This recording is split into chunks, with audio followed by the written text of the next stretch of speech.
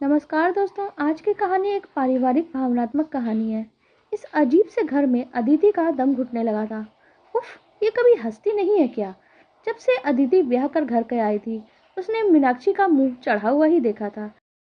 शुरू के कुछ दिन तो बहुत मीठा बोलती थी, बाद में तीखे बाढ़ ही शब्द बोलती है। कई बार तो व्यंग बाढ़ भी छोड़ती है। ताना कसना उसका स्वभाव है क्या? उसकी बातों में अक्सर ये संकेत होता था कि छोटी बहू के आने के बाद सासू माँ बड़ी बहू से बिल्कुल प्यार नहीं करती हैं।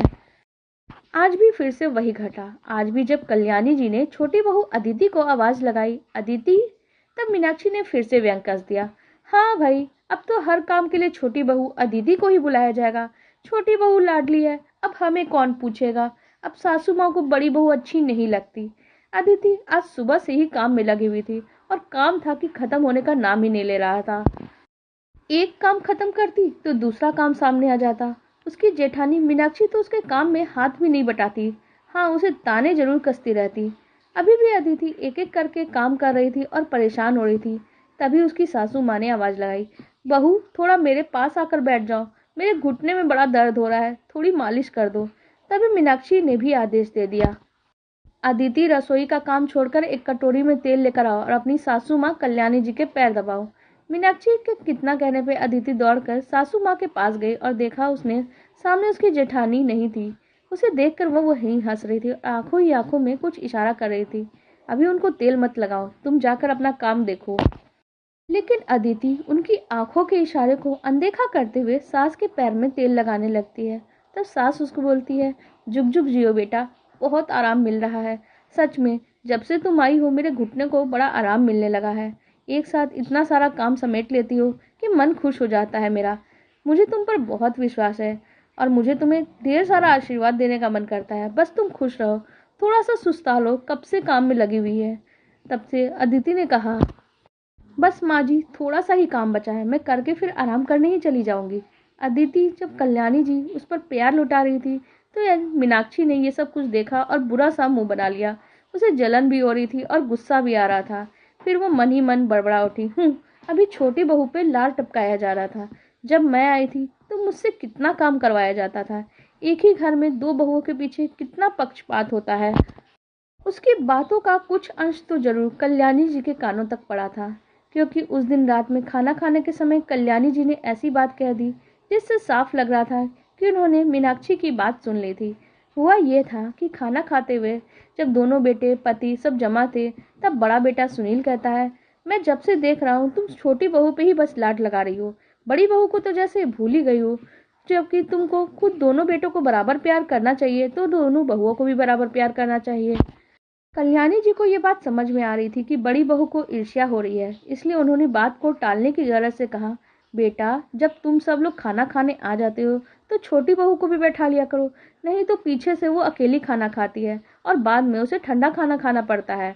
कल्याणी जी की बात सही थी, क्योंकि खाना खाते हुए चौका समेटते हुए काफी देर हो जाती थी। इसीलिए कल्याणी जी ने फिर से अदिति को आवाज लगाई, छोटी बहू तुम भी आ जाओ, हम लोग के साथ मिलकर ही खाना खा लो, नहीं तो बाद में अकेले खाना पड़ेगा। अब दोबारा अदिति का जब नाम बुलाया गया तो मीनाक्षी को बहुत ज्यादा गुस्सा आने लगा। उसका सर्वांग गुस्से से जलने लगा।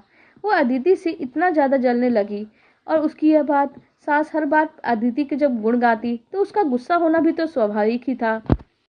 आखिर एक दिन मीनाक्षी ने अपने दिल की बात कह ही दी, मैं जब इस घर में बहू बनकर आई थी तब तो इस घर में बहुत सारे रूल्स थे, कितने सारे कायदे कानून थे, तब इतना काम भी नहीं कराया जाता था। अब देखो अदिति कितना फ्री होके घूमती है। माँ जी आप भी पक्षपात करती हैं, एक बहू को ज्यादा प्यार करती हैं और दूसरी को कम प्यार करती हैं। अपनी बड़ी बहू मीनाक्षी के मुंह से ये बात सुनकर कल्याणी जी को दुख हुआ। फिर उन्होंने सोचा, दोनों बहू को बातें बताना जरूरी है कि मेरी जिंदगी भी इतनी सुंदर नहीं है।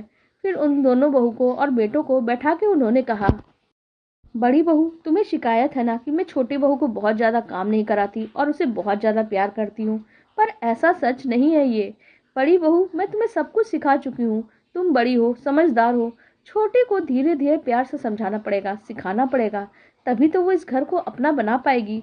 मेरी जिंदगी भी कभी इतनी सुंदर नहीं थी, मुझे भी बहुत मेहनत करनी पड़ती थी, तब जाके मुझे ये जिंदगी मिली। और रही काम की बात, अब मैं बहुत थक जाती हूँ, मुझसे काम नहीं होता।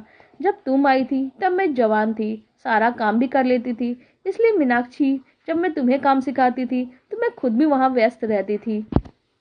लेकिन अब पहले जैसी बात नहीं है। मैं बीमार रहती हूँ। मुझे लगता है कि मैं पका हुआ फल हूँ। कब टपक जाऊं, कब इस दुनिया को छोड़ दूं, इसका कुछ पता नहीं। मैं बस इतना ही चाहती हूँ, छोटी बहू अदिति मीनाक्षी के साथ रह के खाना बनाना, घर संभालना, सब कुछ अच्छी तरीके से सीख जाए। उसकी सास मीनाक्षी के लिए इतनी अच्छी भावना रखती है, उसे बड़ी बहू का सम्मान देती हैं, उसे जिम्मेदार समझती हैं। जब ये सारी बातें मीनाक्षी को पता चली तो उसे बहुत अच्छा लगा। साथ ही अपनी गलती का एहसास भी हुआ और उसने गदगद स्वर में आगे बढ़ के खुद बोला, माँ जी, अब आप आराम करिए। मैं हूं ना, मैं घर को संभाल लूंगी और छोटी को भी सब कुछ सिखा दूंगी। बस अब अपना ध्यान रखिए। आप खुश रहेंगी, स्वस्थ रहेंगी तो पूरा घर मुस्कुराएगा। मुझे तुम पर पूरा विश्वास है बड़ी बहू। तुम तो मेरे बाद बहुत अच्छी तरह से इस घर को संभाल लोगी और छोटी को भी सिखा दोगी और उसे अपने साथ ही रखोगी। तुम दोनों देवरानी जेठानी की तरह नहीं बल्कि बहनों की तरह रहोगी। बस मेरी यही इच्छा है और यही ख्वाहिश है। मीनाक्षी और अदिति, उनके दिल में पड़ा हुआ मैल शायद अब धुल गया था। इसी बात पे दोनों बहुएं, बेटे सब मिलकर हंस पड़े और पूरा घर खिलखिलाहट से गूंज उठा। जिस घर में बहुएं हंसती हैं, खिलखिलाती हैं, तो उस घर में खुशियां आकर ठहर जाती हैं। उस दिन के बाद मीनाक्षी को भी छोटी बहू से जलन नहीं होती और न ही छोटी बहू को मीनाक्षी के इस चढ़े हुए मुंह पे गुस्सा आता। और दोनों आगे बढ़ के एक दूसरे का साथ देती। मीनाक्षी कुछ गलती होने पे उसे सिखाती भी थी और बहुत ही प्यार से पेश आती थी। कल्याणी जी को भी अब पहले से भी ज्यादा इज्जत मिलने लगी थी और पूरा घर एक सूत्र में बंध गया था। कल्याणी जी ने अपनी समझदारी से घर को टूटने से पहले ही बचा लिया था। आपको हमारी ये कहानी कैसी लगी, कमेंट सेक्शन में जरूर बताइएगा। धन्यवाद।